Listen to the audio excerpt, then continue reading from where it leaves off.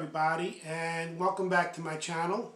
I hope that everyone is staying safe and sound in this pandemic, and I hope that everyone is ready to learn something new today. But first, if you like what you see, give me a big thumbs up. It really helps with the YouTube algorithm. Hit that bell notification so you will know my videos come out. Like I said, generally between 3 and 4. This is a family-friendly channel. And please subscribe to my channel. Remember my promo. If you subscribe and comment so I can see you, I will be giving a random subscriber $25 when I reach 250 subscribers. I'm more than halfway there, so let's hope we can get there pretty quickly. Okay, so today we're doing a special lesson, okay? I'm sure that you could see on the board, and let me just show you what I'm talking about. You can see my channel is on the board. And what do you see there? Hello everybody, how are you doing today? I hope everyone is staying safe in this pandemic and that they are doing well. Okay, so just wanted to play a few seconds of that. As you well know, that is my middle rule. That was my first. You can see a big difference from that till now. That was my first video and my most popular video on YouTube. When I first put it out, I didn't even expect it to get 100 views.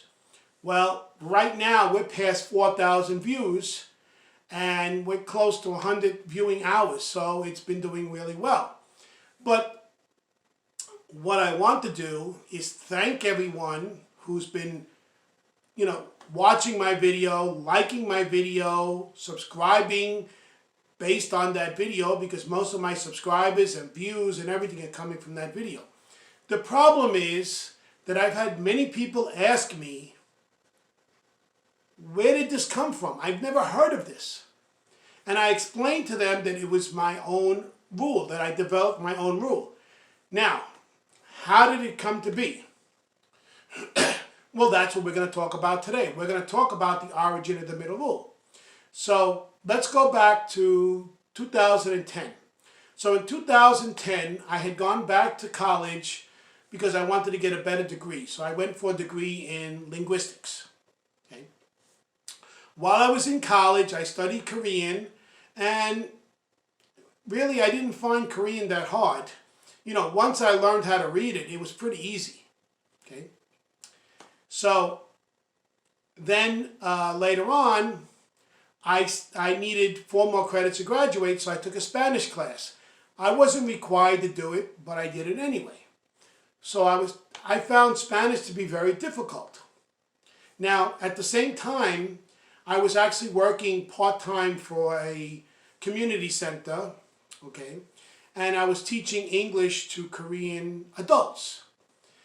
And they were telling me, hey, Spanish is easy for us. It should be easy for you. And I'm like, yeah, it should be, but it's not, because the words are the same. So that got me to thinking, why is it so easy for them and so difficult for me? So I started doing research. Now, around the same time, I heard about this place called We Are New York, which is a public access TV show where they were teaching ESL. So they were asking for people to do proposals on lessons, and, if they approved it, they could possibly use it for the series. So I started thinking about it, and I'm like, wait a minute. Spanish, the pronunciation is at the end. Korean, the pronunciation is at the end. Many languages, the pronunciation is at the end. Even British English, which is what they study in Asia. But American English is not the same thing.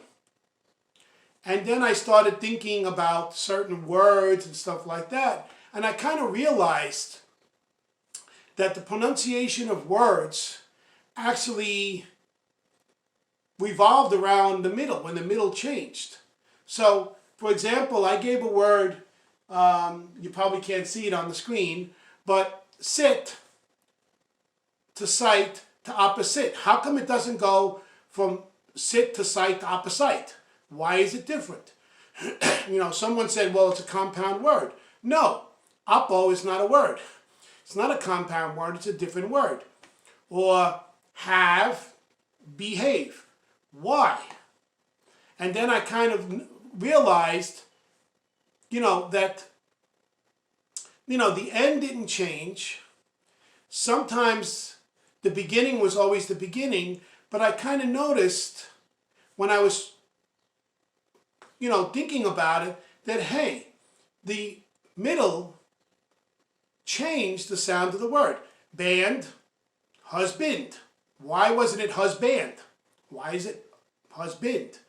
So I kind of came up with this rule all by myself, because I started analyzing different languages, and this is why I developed this middle rule. Now, no one else has this rule. I developed this rule for the We Are New York series. However, they never used it. Okay? This rule belongs to me. Okay? This is my own personal rule. You will never find this on the screen, on anywhere. They will not tell you, when you ask, how come this word is sight and this word is not opposite, it's opposite? Well, that's how it's pronounced. That's all they will tell you in school. They won't tell you why. It's just like they won't tell you that tough and dough and bow are pronounced the same way, but spelled the same way, but they're pronounced differently. Why?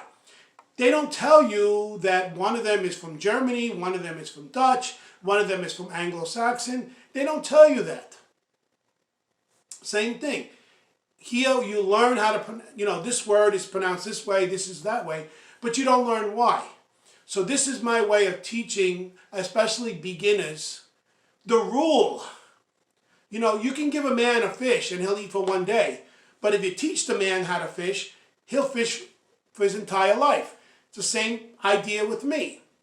By just telling them this is how it's pronounced and that's it, it's not helping them. But if I kind of explain to them how English works, then, hey, they turn around and they say, I can do this. So when they take another word, they can say, wait a minute, no, it's not apartment, it's apartment. Or no, it's not break fast, it's breakfast, because the middle changed. See, so they can analyze it themselves and correct their pronunciation, because as everyone knows, the hardest thing about learning another language is not the grammar or anything else or the words, it's the pronunciation. You could speak it very well, but if you pronounce it wrong, no one's going to understand you. So I just thought that that would be good for me to celebrate my 4,000 views and close to 100,000 viewing hours, to celebrate this with you and explain to you where the middle rule came from, so it wasn't just popped up out of thin air. No, this was something that I did research for, and I thought about it, and then I realized, hey, this is how it goes. Not like British English, which is water, which they pronounce it at the end, where here they say water, because the T is the middle. So now you know where the ESL rule came from. This works for native English speakers as well as non-native English speakers. Instead of just saying, well, that's the way it's pronounced. No, why? Why is it pronounced that way? It's always good to know why, so you can learn. Okay? Again, if you like what you see, give me a big thumbs up. Hit that bell notification, and please subscribe to my channel. Remember, by subscribing to my channel, you're going to be entered into possibly winning $25 when I reach 250 subscribers. But remember, you must comment so I can see you. I thank everyone for their support with the middle rule, and keep it going, and I will see you tomorrow.